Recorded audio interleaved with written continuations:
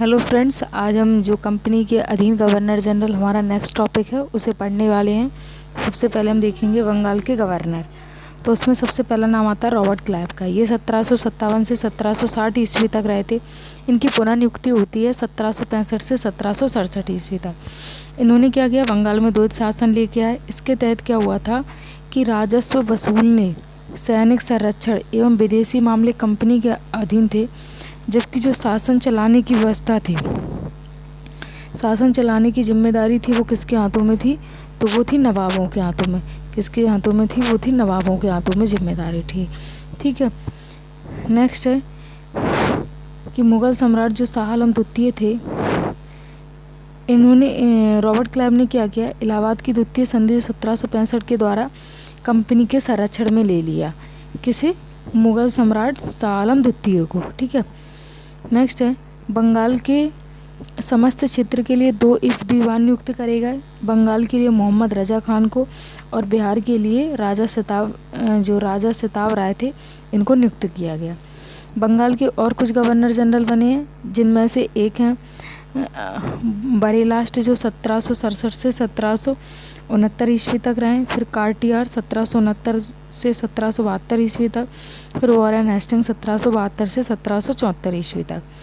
अब क्या होता है कि 1772 में क्या होता है कि बंगाल के गवर्नर जो जनरल थे, उसके बाद ये कंपनी के अधीन गवर्नर जनरल कहलाने लगते हैं। कब से? तो 1773 का जो रेगुलेटिंग एक्ट आता है उसके द्वारा, 1773 के रेगुलेटिंग एक्ट के द्वारा बंगाल के गवर्नर को अंग्रेजी क्षेत्रों का गवर्नर जनरल कहा जाने लगा, जिनका कार्यकाल कितना बनाया गया, 5 वर्ष बनाया गया। कार्यकाल 5 वर्ष था। और जो मद्रास और मुंबई के गवर्नर थे, उनको क्या कर दिया, बंगाल के गवर्नर के अधीन कर दिया। कंपनी के अधीन जो प्रथम गवर्नर जनरल वो वॉरेन हेस्टिंग बनाए गए। कब से कब तक रहे? 1774 से 1785 तक। वॉरेन हेस्टिंग जो है 1750 ईस्वी में कंपनी के क्लर्क के रूप में कोलकाता आया था और अपनी कार्य कुशलता के कारण वह कासिम बाजार का अध्यक्ष भी रह चुका है और बंगाल का गवर्नर भी बना और तत्पश्चात वह कंपनी का गवर्नर जनरल भी बना। मतलब बंगाल का गवर्नर तो बना, उसके पश्चात वह कंपनी का गवर्नर जनरल भी बना। ठीक है, तो हम पढ़ लेते हैं वॉरेन हेस्टिंग के समय में क्या क्या काम हुआ है उनके बारे में देख लेंगे, जो 1774 से 1785 ईस्वी तक। सबसे पहले इसने क्या किया, जो राजकीय कोषागार था उसको मुर्शिदाबाद से हटाकर कोलकाता लाया। दूसरा, 1772 में इसने क्या किया कि प्रत्येक ज़िले में एक फौजदारी और दीवानी अदालतों की स्थापना की। जो फौजदारी अदालतें थीं उनमें क्या था कि सदर निजामत अदालत द्वारा निरीक्षित होती थी। जो फौजदारी अदालतें थीं उनका जो संचालन करा जाता था वो किसके द्वारा किया जाता था, सदर निजामत अदालत द्वारा किया जाता था। फिर क्या हुआ कि नाजिम द्वारा एक दरोगा की नियुक्ति की गई जो अदालत की अध्यक्षता करता था। और दीवानी अदालत में क्या था, कलेक्टर जो था वो मुख्य न्यायाधीश के पद पर होता था। ठीक है, और क्या हुआ, जिला फौजदारी अदालत जो थी उसमें एक भारतीय अधिकारी के अधीन होती थी, जिसकी सहायता के लिए एक मुफ्ती और एक काजी होता था।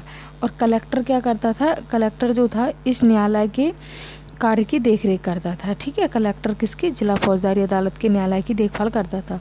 कोलकाता में एक सदर दीवानी अदालत और एक सदर फौजदारी अदालत की स्थापना करी गई। जो सदर दीवानी अदालत थी उसमें क्या किया गया, जो कोलकाता कौंसिल का सभापति और उसके 2 सदस्य थे। 2 सदस्य कौन कौन से थे, राय रान और मुख्य कानूनों की सलाह से न्याय करते थे। कौन से में, तो सदर दीवानी न्यायालय में। नेक्स्ट है कि जो सदर फौजदारी अदालत थे उसमें नायब निजाम, मुख्य काजी, मुफ्ती और 3 मौलवियों की सलाह से न्याय करते थे। कौन? नायब निजाम। जिले की दीवानी और फौजदारी अदालतों में मुकदमे अंतिम निर्णय के लिए जो सदर अदालतें थीं वहाँ पर भेजे जाते थे। ठीक है, नेक्स्ट अगला क्या है कि जो दीवानी अदालतों में जो जातीय कानून थे, अर्थात जैसे कि हिंदुओं के संबंध में हिंदू कानून, मुसलमानों के लिए मुस्लिम कानून लागू किया जाता था, जबकि जो फौजदारी मुकदमे थे उसमें सिर्फ मुस्लिम कानून लागू किया जाता था। 1772 में कोर्ट ऑफ डायरेक्टर ने द्वैत प्रणाली को समाप्त कर दिया गया और कंपनी को बंगाल, बिहार, उड़ीसा प्रांत की शासन व्यवस्था का उत्तरदायित्व संभालने का आदेश दे दिया। वॉरेन हेस्टिंग ने दोनों उपदीवानों जिसमें से मोहम्मद रजा खां और राजा खिताब राय के पद को हटा दिया। ठीक है, नवाब की देखभाल के लिए पहले मीर जाफ़र की विधवा थी मुन्नी बेगम को संरक्षक बनाया गया। तत्पश्चात 1775 में मुन्नी बेगम को हटाकर मोहम्मद रजा खान को नवाब का संरक्षक नियुक्त कर दिया गया। ठीक है, आगे क्या होता है। 1781 में कोलकाता में प्रथम मदरसा स्थापित किया जाता है। 1782 में जोनाथन डंकन द्वारा बनारस में संस्कृत विद्यालय की स्थापना की जाती है। गीता के जो अंग्रेजी अनुवादकार रहे विलियम विल्किंसन, इनको हेस्टिंग्स ने आश्रय प्रदान किया था। सर विलियम जोन्स ने क्या किया, 1784 में the Asiatic Society of Bengal की स्थापना की, और जो मुग़ल सम्राट को मिलने वाले 26 लाख रुपए की वार्षिक पेंशन जो मिलती थी मुग़ल सम्राट को, वह किसके द्वारा, वॉरेन हेस्टिंग के द्वारा बंद करवा दी जाती है उनकी पेंशन। 1780 में क्या हुआ, भारत का पहला समाचार पत्र जो द बंगाल गजट है का प्रकाशन हुआ है। किसके द्वारा किया गया, तो जेम्स ऑगस्टस हिक्की ने किया था। किसने, जेम्स ऑगस्टस हिक्की ने किया था। इसके बाद रेगुलेटिंग एक्ट जो 1774 है, इसके तहत कोलकाता में उच्चतम न्यायालय की स्थापना करी जाती है। इसका अधिकार क्षेत्र कोलकाता ही था। कोलकाता के जो बाहर का मुकदमा था वो किसके द्वारा सुना जाता था, वो तभी सुना जाता था जब दोनों पक्ष सहमत हो। इन पर अंग्रेजी कानून लागू होता था। मुख्य न्यायाधीश जो फर्स्ट बनाया गया वो एलिजा इम्पे बनाया गया, पूछा जाता था। इन्होंने 1782 में इस्तीफा दे दिया। वॉरेन हेस्टिंग के समय ही प्रथम आंग्ल मराठा युद्ध होता है 1775 से 1782 के मध्य, जो जिसकी समाप्ति सालवाई की संधि के द्वारा होती है 1782 ईस्वी में। इसके साथ ही और क्या होता है वॉरेन हेस्टिंग के समय में, तो वॉरेन हेस्टिंग के समय में सेकंड आंग्ल मैसूर युद्ध होता है जो 1780 से 1784 ईस्वी के मध्य हुआ था, और मंगलौर की संधि जो कि 1784 में हुई थी उसके साथ यह समाप्त हुआ। इसके समय पिट्स इंडिया एक्ट 1784 को पारित हुआ। बोर्ड ऑफ रेवेन्यू की स्थापना करी गई। ठीक है, इसके साथ ही जो संपूर्ण लगान के हिसाब की देखभाल के लिए एक भारतीय अधिकारी जिसका नाम था राय रायन की नियुक्ति की गई। इस पद को प्राप्त करने वाला जो पहला भारतीय था वो कौन था, राजवल्लभ था। पहला भारतीय कौन था, वो था राजवल्लभ। नेक्स्ट है पिट्स इंडिया एक्ट जो 1784 के विरोध में क्या हुआ कि वॉरेन हेस्टिंग ने इस्तीफा देकर इंग्लैंड चले गए। वहाँ पर क्या हुआ, वर्क एक व्यक्ति थे, उनके द्वारा इन पर महाभियोग लगाया गया, परंतु 1795 ईस्वी में यह सभी आरोपों से मुक्त हो गए। 1786 में लगान परिषद का पुनर्गठन किया गया जब ये वापस इंग्लैंड चले गए थे। तत्पश्चात एक नवीन अधिकारी जो मुख्य सारिस्तादार था उसकी नियुक्ति की गई, जिसका कार्य क्या था कि जो सभी कानूनों के कागजों की देखभाल करना था। इस पद पर जो प्रथम नियुक्ति हुई थी वो जेम्स ग्रांट की हुई थी। एक और उन्हीं के समय का महत्वपूर्ण फैक्ट है कि सुरक्षा प्रकोष्ठ नीति पूछ लेते हैं किससे संबंधित है, तो सुरक्षा प्रकोष्ठ नीति है वो वॉरेन हेस्टिंग से संबंधित है। इसके बाद आते हैं सर जॉन मैफरसन जो 1785 से 1786 ईस्वी तक रहते हैं। ये क्या होते हैं, ये अस्थायी गवर्नर जनरल बनाए जाते हैं। कैसे बनाए जाते हैं ये इसके बाद अगले व्यक्ति आते हैं लॉर्ड कॉर्नवालिस, तो उनके बारे में पढ़ लेते हैं। सबसे पहले इन्होंने क्या किया कि जिले के जो समस्त अधिकार थे वो कलेक्टर को दे दिए।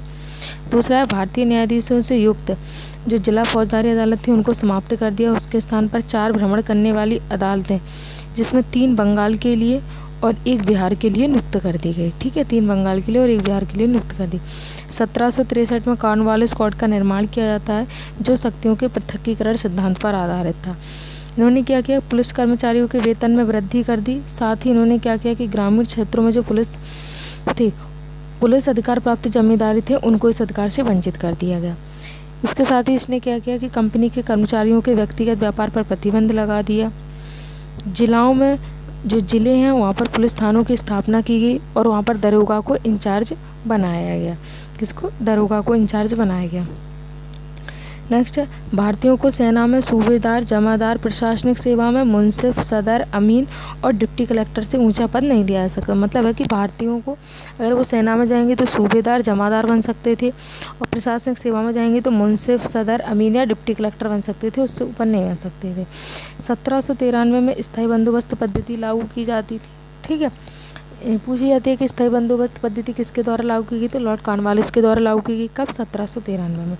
इसमें क्या था कि जमींदारों को भू राजस्व का 90% भाग कंपनी को देना होता था तथा लगभग 10% भाग अपने पास रखना होता था। ठीक है, स्थायी बंदोबस्त की अगर पूछ ली जाए कि भारत में सबसे पहले योजना किसने बनाई थी, तो वो बनाई थी सर जॉन सॉर ने बनाई थी। ठीक है, कहाँ पर लागू करने की बात करी गई थी, बंगाल, बिहार, उड़ीसा, बनारस और मद्रास के उत्तरी जिलों में लागू करने के लिए बनाई गई थी। इसमें जो जमींदार थे वो क्या कर सकते थे, भू राजस्व की दर डिसाइड कर सकते थे खुद ही। लॉर्ड कॉर्नवालिस को भारत में नागरिक सेवा का जनक काम माना जाता है। इसके बाद हमारी जो नेक्स्ट है वो है सर जॉन शोर, जो 1793 से 1798 ईस्वी तक रहते हैं। इनके बारे में सिर्फ एक ही है कि इन्होंने हस्तक्षेप की नीति अपनाई थी। इन्होंने कोई कार्य नहीं किया था, इनके बारे में सिर्फ एक ही फैक्ट है कि इन्होंने हस्तक्षेप की नीति अपनाई थी। इसके बाद आते हैं लॉर्ड वेलेस्ली, 1798 से 1805 ईस्वी तक। इन्होंने क्या किया, इन्होंने सहायक संधि जो थी उसे स्टार्ट किया। भारत में अगर पूछा जाए सहायक संधि का प्रयोग सर्वप्रथम किसने किया था, तो फ्रांसीसी गवर्नर डुप्ले ने किया था। पूछे जाते हैं कि सहायक संधि करने वाले राज्य सबसे पहले कौन था, हैदराबाद 1798 में, मैसूर 1799 में, तंजौर ने अक्टूबर 1799, अवध 1801 में, पेशवा 1802 ईस्वी में, ठीक है। और बरार और भोंसले, जो बरार और भोंसले हैं, इन्होंने कब किया, इन्होंने किया दिसंबर 1803 में, सिंधिया ने 1804 में। अन्य जोधपुर अन्य थे, जिसमें जोधपुर, रायपुर, मच्छेड़ी, बूंदी और भरतपुर। इंदौर के होलकर ने सहायक संधि स्वीकार नहीं की थी। पेपर में पूछा जाता है कि 4 ऑप्शन दे देंगे, पूछे जाएंगे इनमें से किसने सहायक संधि स्वीकार नहीं की थी, तो इंदौर के होलकरों ने सहायक संधि स्वीकार नहीं की थी। और लॉर्ड वेलेस्ली के समय में क्या हुआ था, तो टीपू सुल्तान जो चौथे आंग्ल मैसूर युद्ध था उसमें 1799 में मृत्यु हो गई थी लॉर्ड वेलेस्ली के समय में। और क्या हुआ इनके समय में, तो उनके समय में 1800 में कोलकाता में नागरिक सेवा में भर्ती किए गए युवकों को प्रशिक्षित करने के लिए पोर्ट विलियम कॉलेज की स्थापना की गई, जो 1854 तक अंग्रेज़ों को भारतीय भाषाओं की शिक्षा देने के लिए चलता रहा। मतलब यहाँ पे ये अंग्रेज आए थे, उन्हें भारतीय भाषा सीखने के लिए इस कॉलेज की स्थापना की गई थी। आगे क्या हुआ, 1806 में भारत भेजे जाने वाले जो प्रशासकीय अधिकारी थी उनकी शिक्षा प्रशिक्षण के लिए इंग्लैंड में हैलीबरी में एक ईस्ट इंडिया कॉलेज खोला गया, जिसमें क्या होता था, प्रशासकीय अधिकारियों को 2 वर्ष का प्रशिक्षण देने की व्यवस्था की गई। जो लॉर्ड वेलेस्ली था वह स्वयं को बंगाल का शेर कहता था। क्या कहता था, स्वयं को बंगाल का शेर कहता था। इनका कार्यकाल 1805 में दूसरा शुरू होता है, परंतु क्या होता है, इनकी शेर की मृत्यु हो जाती है। इसके बाद आते हैं सर जॉर्ज बारलो, 1805 से 1807 तक रहते हैं। इनके बारे में भी कुछ इंपॉर्टेंट फैक्ट नहीं, बस एक पूछ लेते हैं कि इनके समय 1806 में बेल्लौर में सिपाही विद्रोह हुआ था। इसके बाद नेक्स्ट जो हमारे हैं वो हैं लॉर्ड मिंटो प्रथम, 1807 से 1813। इनके समय में कुछ नहीं हुआ, अमृतसर की संधि हुई थी रणजीत सिंह एवं अंग्रेजों के बीच। पूछ लेते हैं कब हुई, 25 अप्रैल 1809 को। किसने मध्यस्थता की थी, तो चार्ल्स मेडकॉफ ने की थी। और इसी के साथ इनके समय में ही चार्ल्स जो चार्टर एक्ट 1813 है वो पास हुआ था। नेक्स्ट हमारे इम्पोर्टेंट हैं लॉर्ड हेस्टिंग। कौन है इम्पोर्टेंट, लॉर्ड हेस्टिंग जो 1813 से 1823 तक रहते हैं। इनके बारे में थोड़ा इम्पोर्टेंट है, ठीक है। इनके बारे में देखते हैं। सबसे पहले इनके बारे में क्या कि आंग्ल नेपाल युद्ध जो 1814 से 1816 ईस्वी के बीच हुआ था, इन्हीं के समय लड़ा गया था। इसमें क्या हुआ था कि नेपाल के अमर सिंह थापा को आत्मसमर्पण करना पड़ा था। मार्च 1816 में क्या होती है, अंग्रेज एवं गोरखाओं के बीच संगोली की संधि होती है। पूछते हैं संगोलिक संधि किस किस के बीच होती है, तो अंग्रेज एवं गोरखाओं के बीच होती है। इसमें क्या हुआ था, आंग्ल नेपाल युद्ध का अंत हो गया था संगोलिक संधि द्वारा। इसी के समय पिंडारियों का दमन किया गया। पिंडारियों के प्रमुख नेता बासिल मोहम्मद, चीतू एवं करीम खां थे। मराठों की शक्ति को अंतिम रूप से नष्ट इसी के द्वारा किया गया था। किसी के द्वारा, लॉर्ड हेस्टिंग के द्वारा। ध्यान रखना, सबसे पहले जो हमने पढ़े थे वॉरेन हेस्टिंग है, ये है लॉर्ड हेस्टिंग।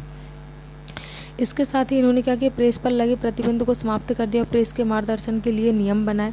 1882 का टेनेसी एक्ट आया, जिसे काश्तकारी अधिनियम भी कहते हैं, इन्हीं के समय लागू किया गया था। तो इनके इम्पोर्टेंट फैक्ट ये हैं।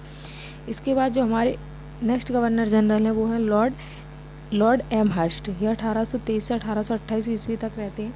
इनके बारे में ज़्यादा नहीं है, 2-3 फैक्ट हैं। प्रथम आंग्ल बर्मा युद्ध जो 1824 से 26 के मध्य हुआ था, इन्हीं के समय में हुआ था। 1826 में यानडूब की संधि होती है, जिसके द्वारा प्रथम आंग्ल बर्मा युद्ध समाप्त होता है। 1824 में बैरकपुर का सैन्य विद्रोह होता है, जो इन्हीं के समय होता है। इसके बाद हमारे एक और इम्पोर्टेंट गवर्नर जनरल हैं जो है लॉर्ड विलियम बेटिंग, 1828 से 1835 तक रहते हैं। इनके बारे में मोस्टली क्वेश्चन पेपर में पूछे जाते हैं। तो सबसे पहले 1803 में मद्रास के गवर्नर रहे हैं। 1806 में क्या हुआ था कि माथे पर जातीय चिन्ह न लगाने पर तथा कानों में बालियां न पहनने पर बेल्लोर के सैनिकों ने विद्रोह कर दिया था। इसी के समय 1833 के चार्टर के द्वारा इन्हीं के समय किया गया कि जो बंगाल का गवर्नर जनरल था उसे भारत का गवर्नर जनरल बना दिया। इस प्रकार भारत का जो पहला गवर्नर जनरल बना वो कौन बना, लॉर्ड विलियम बेटिंग भारत के पहले गवर्नर जनरल बने। पूछा जाता है किस एक्ट के द्वारा बने, तो 1833 के चार्टर एक्ट के द्वारा। एक नोट है ये कि बंगाल का प्रथम गवर्नर जनरल कौन था, कि बंगाल के प्रथम गवर्नर जनरल थे वॉरेन हेस्टिंग्स, जबकि भारत का पहला गवर्नर जनरल कौन था, तो वो थे, ये हम देख चुके हैं, लॉर्ड विलियम बेंटिंग। ठीक है। और क्या हुआ इनके समय में, राजा राम मोहन राय के सहयोग से 1809 में 1829 में सती प्रथा को समाप्त कर दिया। ये क्वेश्चन पेपर में पूछे जाते हैं, कई कॉम्पिटिटिव एग्जाम में पूछे हैं, इनफैक्ट MPPSC में भी रिपीट हुआ है क्वेश्चन। इस प्रथा के खिलाफ कानून बनाकर 1829 में धारा 17 के द्वारा विधवाओं के सती होने को अवैध घोषित कर दिया। एक नोट है कि इसके पहले अकबर और मराठा पेशवाओं ने भी सती प्रथा को रोकने का प्रयास किया था। ठीक है, लेकिन जो सफलता मिली थी वो हमें राजा राम मोहन राय के सहयोग से, जो विलियम बेंटिंग है, इन्हीं के द्वारा मिली है। ठीक है। इसके साथ कर्नल सलीमन की सहायता से 1830 में ठगी प्रथा को समाप्त कर दिया। जो ठग थे वो देवी काली की पूजा करते थे। 1835 ईस्वी में कोलकाता मेडिकल कॉलेज की स्थापना की गई। अंग्रेजी को इन्होंने शिक्षा का माध्यम बनाया और कानून का वर्गीकरण भी किया। 1831 में मैसूर तथा 1834 ईस्वी में कुर्ग एवं मध्य केचर को हड़प लिया। इन्होंने भारतीयों को उत्तरदायी पद पर नियुक्त कर दिया और उस समय भारतीयों को दिया गया जो उच्चतम पद था वो सदर अमीन था और उन्हें जो तनख्वाह मिलती थी वो मिलती थी 700 रुपये प्रतिमाह तनख्वाह थी। इनके समय किया गया 1833 के चार्टर एक्ट द्वारा धर्म, जाति, रंग अथवा जन्म के आधार पर किसी व्यक्ति को कंपनी की सेवा में प्रवेश करने से नहीं रोका जाएगा। इसके साथ ही इनके समय में एक और क्या कि शिशु बाल का हत्या है, इनके द्वारा उस पर प्रतिबंध लगा दिया गया। तो ये थे हमारे आज के गवर्नर जनरल, जहाँ तक हमने पढ़ लिया लॉर्ड विलियम बेंटिंग था। इसके आगे जो लॉर्ड चार्ल्स मेटकॉफ हैं, यहाँ से शुरू हम कल करेंगे। तो आपको ये वीडियो कैसी लगी, तो प्लीज़ चैनल को लाइक शेयर सब्सक्राइब ज़रूर करें। थैंक यू, धन्यवाद।